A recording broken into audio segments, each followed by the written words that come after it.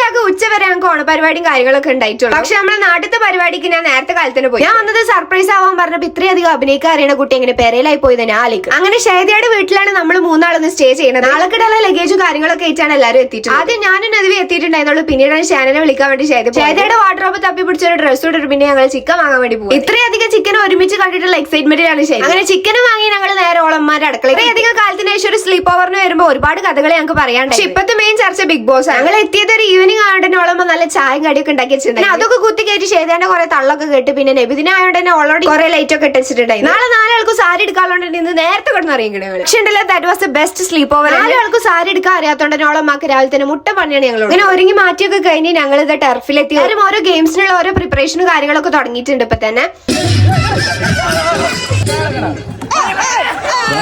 ഇപ്പം പിന്നെ വലിയ കൈയുള്ളവരെ നോക്കി തപ്പി നടക്കാണ് ടീമിൽ എടുക്കാൻ വേണ്ടി. അപ്പുറത്ത് പിന്നെ വിട്ടുകൊടുക്കാത്ത ജിമ്മമാർ. രശ്ന പിന്നെ കുറെ തട്ടി വിടാലോ വെച്ചിട്ട് ആദ്യം തന്നെ ഞങ്ങൾ ഓടി കളിക്കുന്ന ഗെയിംസ് ഒക്കെ പെട്ടെന്ന് കണ്ടെടുത്ത് തീർത്ത്. അന്ന് മോനെ അതിന്റെ favourite part of the day ഞങ്ങൾ സദ്യ കഴിക്കാൻ വേണ്ടി പോവാണ്. എല്ലാവർക്കും ഒരു നേരത്തെ ഭക്ഷണം തന്ന് സഹായിച്ച ഫായ്സിന് പ്രത്യേകം നന്ദി രേഖപ്പെടുത്തും. ഒരു രസം കൊണ്ട് ഒരുത്തും ചോറിലൊക്കെ കിടന്നു. സദ്യ വാസ് ടു ഗുഡ്. എനിക്ക് ഭയങ്കര ഇഷ്ടമായി. സദ്യ കഴിഞ്ഞ് ഞങ്ങൾ നല്ലൊരു ഡാൻസ് ഒക്കെ കളിച്ച് ശേഷം ലെമൺ സ്പൂണിൽ ഉന്നത വിജയം കരസ്ഥമാക്കിയ ഫിദക്ക് മാലിട്ടരുന്നത് നാടിന്റെ തന്നെ പൊന്നമ്മനയായി ചെയ്തു. അങ്ങനെ എല്ലാ ഗെയിംസിലും വിന്നേഴ്സ് ആയവർക്ക് നല്ലൊരു പ്രോത്സാഹന സമ്മാനമൊക്കെ കൊടുത്തിട്ടാണ് നമ്മൾ പിന്നെ എല്ലാവരും പറഞ്ഞയച്ചത്. അപ്പൊ ഇനിയും അങ്ങനത്തെ അടിപൊളി പരിപാടിയൊക്കെ കൂടാൻ പറ്റട്ടെ. വടംവലി മത്സരത്തോട് കൂടി ഈ പരിപാടി അവസാനിപ്പിച്ചിരിക്കുകയാണ്.